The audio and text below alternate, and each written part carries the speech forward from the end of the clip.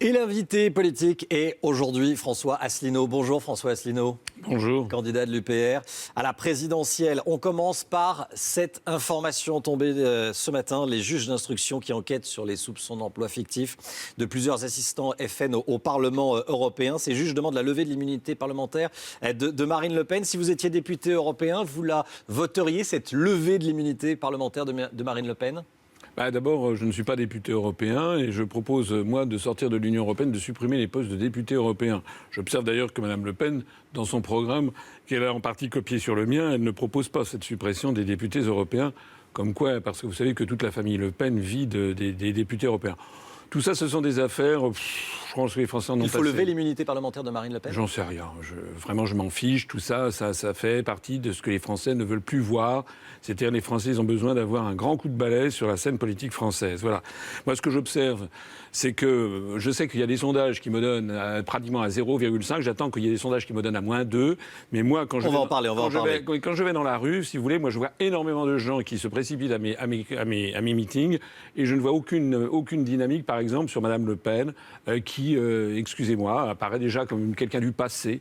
Et je ne crois absolument pas, d'ailleurs, dans les scores qu'elle peut faire au sondage, pas plus d'ailleurs que M. Macron. C'est votre principal rival, Marine Le Pen ? Non.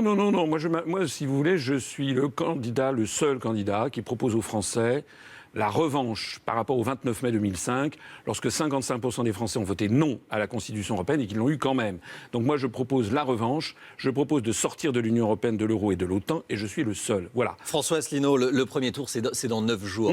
À combien vous estimez vos chances d'être au second tour ? Vous dites qu'il y a beaucoup de monde dans vos meetings, oui. Vous voyez au second tour ? Écoutez, moi je ne sais pas quel score je vais faire. Il y a une chose qui est certaine, c'est que les sondages actuels sont des faux. Voilà, ils ont une utilisation politique. Ils sont jour après jour instillés dans l'esprit des gens pour leur faire croire que de toute façon le sort serait joué. Il est impossible que je fasse les scores qui sont actuellement attribués par les sondages, pour la simple raison que nous avons rassemblé près de 1% des suffrages, voici près de 2 ans, aux élections régionales, alors qu'à l'époque, j'étais totalement inconnu et que nous avions 6 000 adhérents à notre mouvement, alors que maintenant, nous allons bientôt en avoir 25 000 et que mon taux de notoriété est en croissance verticale. C'est impossible. Comment vous l'expliquez ? De quoi ? Que vous apparaissez à 0,5% Eh bien, chez je nous. l'explique. Écoutez, hier, on trafique rien, nous. Non, mais c'est pas de vous qu'il s'agit. Je participais hier à une émission où on parlait. Il y a eu d'ailleurs une émission, je crois, à la télévision envoyée spéciale, qui montrait que les sondages sont des sondages bidouillés, en tout cas qui sont extrêmement sujets à caution, avec des faux, avec des gens qui sont par Internet. Moi, le seul sondage que je vois, c'est dans la rue. Je suis très souvent abordé par des gens qui me disent continuez, y compris d'ailleurs par des journalistes dans un certain nombre de rédactions qui viennent me voir en me disant ne croyez pas les sondages. 2, ce que je vois aussi, c'est que sur Internet, nous faisons, par exemple, notre chaîne YouTube Union Populaire Républicaine, elle est à 11 500 000 vues quand M. Macron est à 1 million de vues. Je vois que les bookmakers britanniques me mettent devant M. Benoît Hamon. Et je vois que sur YouTube, notamment les algorithmes montrent que nous sommes beaucoup plus recherchés, par exemple, que M. Benoît Hamon. Alors tout ça, ce sont des indices qui me paraissent beaucoup plus importants que les instituts de sondage, sur d'ailleurs l'intérêt desquels il faudrait s'interroger quels sont les propriétaires des sondages et des 5 instituts de sondage et pour qui appellent-ils à voter par ailleurs. Écoutez, on verra ça, dans 9 jours. On estime à environ un tiers le pourcentage d'électeurs indécis. Désolé de vous le dire, mais selon les sondages, qu'est-ce que vous leur dites à ces indécis ? Vous les rencontrez aussi ? Oui, d'abord on voit beaucoup d'abstentionnistes venir. Vous savez, les gens, les sondages, ils ne croient plus du tout. D'ailleurs, pourquoi croiraient-ils encore à des sondages qui se sont toujours trompés ? Regardez, les sondages donnaient le Brexit écrasé. Bon. Aux États-Unis, les sondages donnaient Mme Clinton élue avec 99% de probabilité. Vous vous rendez compte ? C'est Trump qui a été élu. Les sondages nous indiquaient qu'à la primaire des Républicains, c'était forcément M. Juppé qui serait élu, à la primaire des Socialistes, forcément M. Valls. En fait, ces sondages, maintenant, ce sont tout simplement des opérations de manipulation de l'opinion publique. Il faut que les Français se laissent mettre ça de côté, qu'ils n'y croient plus, d'ailleurs ils n'y croient plus, et qu'ils ne jugent qu'en fonction de leur intérêt. Je voudrais leur dire quelque chose à tous les Français qui regardent cette émission. Voilà. Je voudrais leur dire que s'ils votent comme on leur dit de voter, ils vont avoir la même chose. Vous savez, je crois qu'il y a une citation qui a été prêtée à Albert Einstein, je crois, qui disait « La folie consiste à faire encore et encore et encore la même chose et à en attendre des résultats différents. » Si les Français votent pour M. Fillon ou pour M. Macron, c'est-à-dire pour poursuivre la même politique que celle que l'on a depuis 15 ans, ils auront les mêmes résultats. Il ne faudra pas qu'ils viennent se plaindre dans un an en disant On a encore plus de rigueur. On est en train de démolir les services publics. C'est que vous craignez d'être victime du vote utile? Oui, c'est ce que disent. C'est fait pour ça, les sondages. Les sondages diffusés dans les grands médias. Les sondages dans les grands médias sont faits pour mettre dans la tête des gens qu'il faut surtout qu'ils votent pour les 3-4 personnes. Il y a un complot, c'est ça que vous avez derrière? Non, c'est pas un complot. De toute façon, écoutez, pourquoi Madame Je vous pose la question. Pourquoi Madame Clinton était-elle donnée à 99% à votre avis? Est-ce qu'ils avaient raison, les sondages, ou pas? Quelle est votre réponse? Je dis que moi, il y avait des gens qui avaient intérêt à ce que ce soit Mme Clinton. Et lorsque M. Trump a été élu, d'un seul coup, ça a été la panique à bord. Et depuis lors, d'ailleurs, on voit que M. Trump, en fait, est progressivement ramené vers toute une série de politiques pour lesquelles il n'a pas été élu, d'ailleurs. Une question sur le favori des sondages, François Asselineau, Emmanuel Macron. Comment vous le jugez, le programme de Macron? Et je me suis déjà exprimé, c'est un sèche-cheveux, voilà. Ça fait du bruit, ça fait du bruit. Ça prend de la place, ça brasse de l'air chaud et c'est assez inutile en définitive. C'est un truc cosmétique, voilà. Bon, votre programme, il consiste à sortir de l'Europe, de l'euro, de l'OTAN, pour que la France redevienne, vous dites, indépendante. Mais pour faire quoi? Quel bénéfice les Français peuvent en tirer? La démocratie. La démocratie, c'est-à-dire que déjà, ils pourront choisir leur politique. Parce qu'actuellement, si nous restons dans l'Union européenne, toutes les politiques sont déjà fixées. Sont déjà fixés par le rapport sur les grandes orientations de politique économique. Je ne cesse d'en parler depuis 3 semaines. Ça n'est jamais repris par aucun grand média. J'en profite encore pour le redire.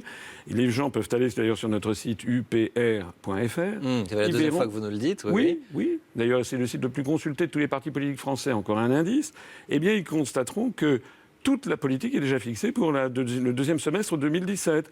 Baisse de l'impôt sur les sociétés pour les grands groupes, augmentation de la TVA, baisse des prestations chômage, baisse du SMIC, poursuite de la rigueur. Les collectivités locales vont subir encore une asphyxie financière. Voilà quel est le programme, sans oublier l'ubérisation généralisée de la société française. Donc les avocats, les notaires, les médecins, les pharmaciens, si d'aventure ils s'aventurent à voter pour M. Macron, pour M. Fillon, eh bien, on en reparlera dans 1 an ou 2, quand ils verront qu'ils sont ubérisés, qu'ils sont mis en concurrence avec les mêmes professions venues de Bulgarie ou de Roumanie. On va rigoler. François Asselineau, un cas concret. Whirlpool veut fermer son usine d'Amiens pour délocaliser l'activité en Pologne. 295 emplois directs sont concernés. C'est beaucoup, évidemment, sans parler des sous-traitants. Écoutez ce que nous a dit ces dernières heures, hier après-midi, cette syndicaliste. Tant qu'il n'y a rien de signé, il n'y a rien de signé. Donc il y a des repreneurs potentiels. Enfin, on a connu des expériences où, au dernier moment, les repreneurs se sont retirés. S'assurer que ce sont de vrais projets industriels et pas une chasse aux subventions, ce qui pourrait être le cas. Qu'est-ce que vous dites ce matin à ces salariés inquiets de perdre leur job, et on les comprend? Eh bien, je leur dis que s'ils restent dans l'Union européenne, de toute façon, ils ne pourront rien.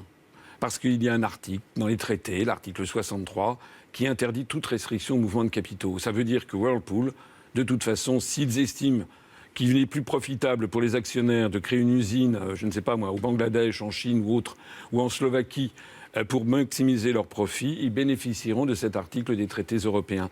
On avait vu, rappelez-vous, sous du temps de M. Hollande, il y avait M. Montebourg qui était le ministre du redressement productif. Vous vous rappelez, il allait, paraît-il, lutter contre les délocalisations. Je pense qu'il a dû essayer de le faire. Il a fait quoi? On n'a jamais eu autant de délocalisation que sous M. Montebourg. Pourquoi? Parce qu'il n'a plus les manettes. Les Français n'ont plus les manettes. Vous me dites pourquoi je veux sortir de l'Union européenne pour rendre aux Français les manettes. Moi, je vois ces 293 salariés. C'est encore 293 familles qui vont être plongées dans le désarroi, peut-être dans la précarité. Et tout ça, pourquoi? Parce que nous ne sommes plus dirigés par les Français. Nous sommes dirigés par des traités européens et une oligarchie financière et industrielle qui dirige le tout. Vous voulez augmenter le SMIC de 150 €. Il passerait à 1 300 € net. Voilà, de 1150 à 2150 € net par mois, à 1300 € net par mois. Vous craignez pas de faire peur aux investisseurs en augmentant le coût du travail? La contrepartie de ça, c'est notamment une baisse des cotisations patronales pour les artisans, les commerçants, les TPE, les PME. Pour le reste, je rappelle que si nous sortons de l'euro et que nous créons le franc, on peut anticiper une baisse du franc par rapport au dollar de l'ordre de 5 à 10%, c'est-à-dire une légère dépréciation. Donc un appauvrissement des Français? Non, pas un appauvrissement des Français. Regardez. Comment vous dévaluez de 10% sans appauvrir? Non, parce que c'est la dépréciation. Écoutez, pendant toutes les 30 glorieuses, pendant les années 50, 60, 70, le franc s'est régulièrement déprécié par rapport au Deutschmark. C'est quand même le moment où les Français se sont le plus enrichis. La valeur externe d'une monnaie n'a aucun rapport avec l'enrichissement à l'intérieur d'un pays. Donc si nous avons 10%... On s'appauvrit quand on en sort. Oui, mais ça veut dire que les importations seront plus chères, ça c'est exact. Mais les exportations seront bien meilleur marché pour l'étranger. Ça veut dire que d'un seul coup, on va doper nos exportations et donc on va beaucoup créer d'emplois. Moi, si je propose de sortir de l'euro, vous savez, je ne suis pas quelqu'un, j'ai pas des voix. J'ai été délégué général à l'intelligence économique au ministère des Finances. Je sais de quoi je parle. Moi, je suis marié, j'ai des enfants, je vis en France, j'ai un petit peu d'assurance vie, donc je suis le premier à veiller à mon patrimoine. Si je propose aux Français de sortir de l'Union européenne et de l'euro, c'est parce que je sais que si nous sortons de l'euro, si nous recréons un contrôle des mouvements de capitaux, si le franc se déprécie de l'ordre de 10%, nous allons, à horizon de 2 ans, pouvoir faire baisser le nombre de chômeurs de catégorie A de 1,5 à 2 millions. C'est ça la clé de la reprise de l'emploi. Les autres, ils vous disent quoi? Du pipeau, c'est-à-dire un contrat emploi 21e siècle, jeune emploi, truc. Les gens n'y croient pas, ça ne marche pas. Ce sont des cautères sur des jambes de bois. Allez, on passe à l'actualité internationale et à votre projet international. Bachar el-Assad affirme que l'attaque chimique de Khan Cheikhoun en Syrie le 4 avril dernier, qui a fait 87 morts, est une fabrication à 100%. C'est ce qu'il a dit à nos confrères de l'AFP. On va déjà écouter le président syrien. Les États-Unis sont complices des terroristes. Il s'agit pour nous d'une fabrication à 100%. Ils ont monté toute cette histoire pour servir de prétexte à l'attaque américaine contre une de nos bases aériennes. Est-ce que vous croyez Bachar el-Assad quand il dit que c'est une fabrication à 100%, cette attaque présumée chimique? Je n'en sais rien. Je ne vais pas plus créditer Bachar el-Assad de quelque crédit que ce soit, de quelque vérité que ce soit, que je ne le disais auparavant pour les informations venant du camp occidental. Dans ce genre de situation, vous savez, comme disait ma grand-mère, qui n'entend qu'une cloche, n'entend qu'un son, il faut qu'il y ait une enquête internationale qui détermine quelles sont les responsabilités. Voilà ce que je sais. Les États-Unis sont complices de l'État islamique? Ah bah écoutez, il y a eu en tout cas, d'où viennent les armes de Daesh et de l'État islamique. Il y a beaucoup d'armes qui viennent du camp occidental. On l'a vu notamment lorsque Alep a été libéré. Et c'est ce que vous pensez, vous? Écoutez, moi, c'est ce qu'ont dit beaucoup de gens, c'est ce qu'ont dit il y a des généraux français, c'est ce que disent aussi des services de renseignement, c'est-à-dire qu'il y a beaucoup d'armes qui transitent notamment par la Turquie et qui seraient achetées ou financées par l'Arabie Saoudite et le Qatar. Ça fait partie des informations dont on dispose. Voilà. De toute façon, tout ce qui concerne ces questions au Moyen-Orient ont un biais en termes d'information. Voilà, on a vu dans votre information que les États-Unis viennent de larguer une bombe énorme, la plus grosse bombe dont ils disposent sur l'Afghanistan avant de passer à l'arme nucléaire. C'est une bombe qui, paraît-il, lorsqu'on la largue, on la voit depuis à 32 km. On ne sait pas combien il y a eu de morts. Peut-être si, elle aurait fait 36 morts dans les rangs de l'organisation terroriste État islamique. Oui, peut-être. C'est-à-dire qu'une bombe comme ça, qui est presque une bombe nucléaire, elle aurait fait 36 morts comme ça. Qui est-ce qui peut en assurer? Qui est-ce qui vous dit qu'il n'y a pas eu aussi des civils là-dedans? Moi, je n'en sais rien. Il faut être là-dedans très prudent. En tout cas, ce que je sais, c'est que la France devrait se garder d'être entraînée dans ce genre de conflit. C'est la raison pour laquelle nous devons sortir de l'OTAN, parce que nous ne sommes plus ce que nous étions du temps de Charles de Gaulle, c'est-à-dire une puissance indépendante et souveraine. Mais on est assez puissant pour nous défendre tout seul et pour sortir de l'OTAN? Et pourquoi pas? Regardez, la France, elle est quand même la 5e ou 6e puissance économique au monde sur 195 États. Alors si la France n'est plus à la hauteur du monde, comment font les 190 autres? Il faut arrêter de penser que la France est toujours un petit pays. Regardez l'ensemble des pays du monde qui sont plus petits, qui se portent très bien, merci pour eux. À commencer d'ailleurs par les 3 pays d'Europe occidentale qui se portent le mieux selon toutes les statistiques, c'est la Suisse, la Norvège et l'Islande, qui ne sont ni dans l'Union européenne ni dans l'euro. Demain, c'est le 105e anniversaire de Kim Il-sung, le fondateur de la Corée du Nord. Et l'actuel dictateur nord-coréen pourrait en profiter, se servir de ce prétexte pour effectuer un nouveau tir nucléaire. Donald Trump a envoyé un porte-avions près de la péninsule coréenne. Il menace, il dit qu'il pourrait frapper la Corée du Nord si Pyongyang mène cet essai. Donald Trump doit frapper le régime nord-coréen? Écoutez, moi je pense que c'est... En toute chose, il faut respecter le droit international. Voilà. Un État n'a pas le droit, fût-ce les États-Unis, de décider lui-même s'il intervient pour aller bombarder un autre État. Parce que ça s'appelle la politique de la jungle, c'est la politique de la loi du plus fort. Certains disent que je serais anti-américain. Non. Moi, je vois loin, parce que peut-être que dans 20 ans, ce ne seront plus les États-Unis qui seront la première puissance, ça sera peut-être la Chine ou la Russie. Est-ce que vous souhaiteriez que la Chine ou la Russie interviennent et aillent bombarder un État qui ne lui plaît pas? Non. C'est la raison pour laquelle ce que je dis est vrai, non seulement des États-Unis, mais de la Russie, de la Chine et de tout autre État, y compris la France. Nous devons tous respecter le droit international. C'est la raison pour laquelle j'insiste à ce point sur la nécessité de réévaluer l'Organisation des Nations Unies, la Charte des Nations Unies. Que les gens la relisent, elle est très bien faite. Et en respectant le droit international, quel rôle doit jouer la France justement dans cette crise nord-coréenne, crise coréenne? Alors, vous savez, la France, sauf erreur de ma part, n'entretient pas d'ambassade à Pyongyang. On a un vague bureau de représentation. D'ailleurs, c'est une erreur, parce que la plupart Et on doit laisser faire Kim Jong-un? Écoutez, c'est pas ma tasse de thé, si j'ose dire, le régime nord-coréen, bien entendu. Mais pourquoi est-ce qu'on interviendrait en Corée du Nord et pourquoi est-ce qu'on n'interviendrait pas ici ou là? C'est comme les interventions qui ont lieu en Syrie ou en Libye. Voilà. La Libye, le régime de Kadhafi, c'était sans doute pas quelque chose d'extraordinaire, mais qu'est-ce qui a fait suite? Qu'est-ce qui a fait suite au régime de Saddam Hussein? Et puis, qui détermine les États avec lesquels qu'il faut bombarder? Est-ce que vous croyez que l'Arabie Saoudite est un modèle de démocratie? On y coupe la main des voleurs, on décapite les gens, on lapide les femmes adultères. Ça, c'est certain, mais ils ne mènent pas d'essais nucléaires. Oui, mais pourquoi est-ce que les États-Unis n'interviennent pas pour changer le régime en Arabie Saoudite? Ils ont 50 000 soldats sur place, ils le tiennent à bout de bras. C'est un régime où le droit des femmes, par exemple, est le plus bafoué au monde. Alors il faut arrêter de donner des satisfecit aux uns et puis de cacher ce qui se passe aux autres. Et puis il y a tellement de conflits dans le monde dont on ne parle pas. Qu'est-ce qui se passe en ce moment au Yémen? Qu'est-ce qui se passe dans l'est du Congo? Il y a des milliers de morts, personne n'en parle jamais à la télévision. François Asselineau, la marine française souhaite que le prochain président de la République s'engage à lancer le chantier d'un deuxième porte-avions. Le Charles de Gaulle est en ce moment à l'arrêt jusqu'à l'année prochaine, jusqu'en 2018. Vous y seriez favorable? Moi j'ai dit qu'il faut, en tant que chef des armées, le président de la République doit veiller au maintien de l'armée française. Et j'ai pris l'engagement, je l'ai dit d'ailleurs lors du débat avec les 11 candidats, j'ai d'ailleurs été suivi ultérieurement par les autres, il faut faire passer le budget du ministère de la Défense, le ramener à ce qui était en 1981. En 1980, il était de 3% du produit intérieur brut, il est tombé à 1,6%. Actuellement, les armées françaises sont quasiment au bord du collapsus. Je veux remonter à la fin du quinquennat à 3% du produit intérieur brut. Donc, effectivement, il faudra faire des choix. Je pense qu'effectivement, un deuxième porte-avions peut s'imposer, en effet, parce que sinon...